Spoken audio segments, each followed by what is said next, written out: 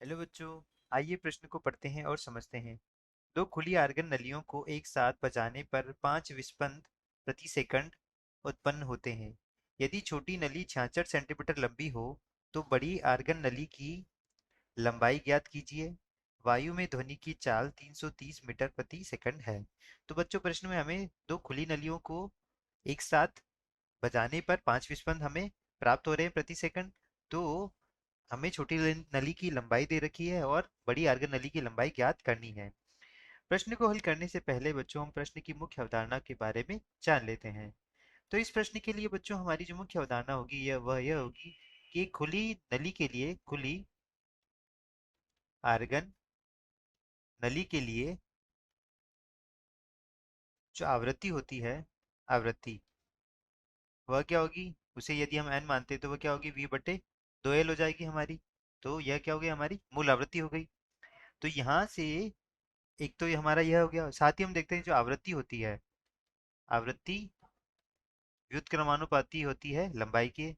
यदि लंबाई बढ़ेगी तो आवृत्ति हमारी कम हो जाएगी, और साथ ही लंबाई कम होगी तो आवृत्ति क्या हो जाएगी, बढ़ जाएगी। ये हमारा मुख्य अवधारणा हो गई।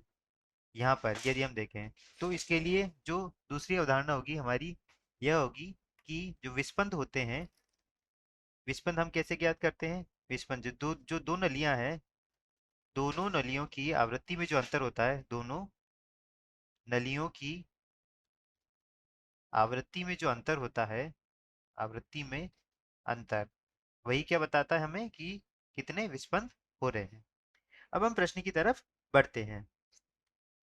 तो प्रश्न में हम मान लेते हैं कि दो खुली आर्गन नलियां हैं। एक हमारी यह नली ए है, इसकी लंबाई L1 है, और यह मान लेते हैं हमारी नली 2 है या बी है, जिसकी लंबाई क्या है, L2 है। तो छोटी नली की लंबाई हमें कितनी दे रखी है, वह दे रखी है हमें 66 सेंटीमीटर हमें दे रखी है, और यह नली हमारी बड़ी नली है, तो इसकी लंबाई हमें ज्ञात करनी है। तो इस सूत्र का प्रयोग करते हुए आवृत्ति n बराबर क्या होगा, v बटे 2, और इसका लंबाई क्या दे रखी है, L1। v का मान हमें 330 मीटर प्रति सेकंड में दिया गया है, तो आवृत्ति कितनी आ जाएगी हमारे पास, 330 बटे 2 गुणा L1। L1 का मान हमें कितना दे देगा, 66 सेंटीमीटर। इसे यदि हम मीटर में परिवर्तित करें तो 0.66 आ जाएगा। तो यहाँ से जो आवृत्ति आएगी, n का मान कितना आ गया हमारे पास, 250 हर्ट्ज होगा। अब हमें कितना दे रखा है बच्चों, विस्पंदों की संख्या। विस्पंद हमें दे रखे हैं कितने, 5 विस्पंद दे रखे हैं। तो 5 विस्पंद मतलब दोनों आवृत्तियों का अंतर 5 होगा। तो इसे यदि हम हमारी पहली आवृत्ति n आई है, तो जो बड़ा पाइप होगा या बड़े पाइप की आवृत्ति, आवृत्ति क्या हो जाएगी, तो यहाँ पर हो सकते हैं या तो n+5 हो जाए या n-5 हो जाए। पर हम जानते हैं कि जो आवृत्ति होती है वह क्या होती है, व्युत्क्रमानुपाती होती है लंबाई के। तो लंबाई बढ़ रही तो आवृत्ति क्या होगी, कम होगी। तो हमारी ये वाली आवृत्ति सही होगी। तो हमारी जो नई लंबे पाइप की आवृत्ति हो जाएगी, लंबे या बड़े पाइप की आवृत्ति हो जाएगी, वह कितनी हो जाएगी बच्चों, वह हो जाएगी हमारी n-5, जिससे मतलब 250 ऋण 5, ये कितना हो गया, 245 हर्ट्ज आ गया है। तो अब हमारा सूत्र क्या है, n बराबर v बटे 2, और यहाँ L2 है, तो यह N2 ले लेते हैं हम।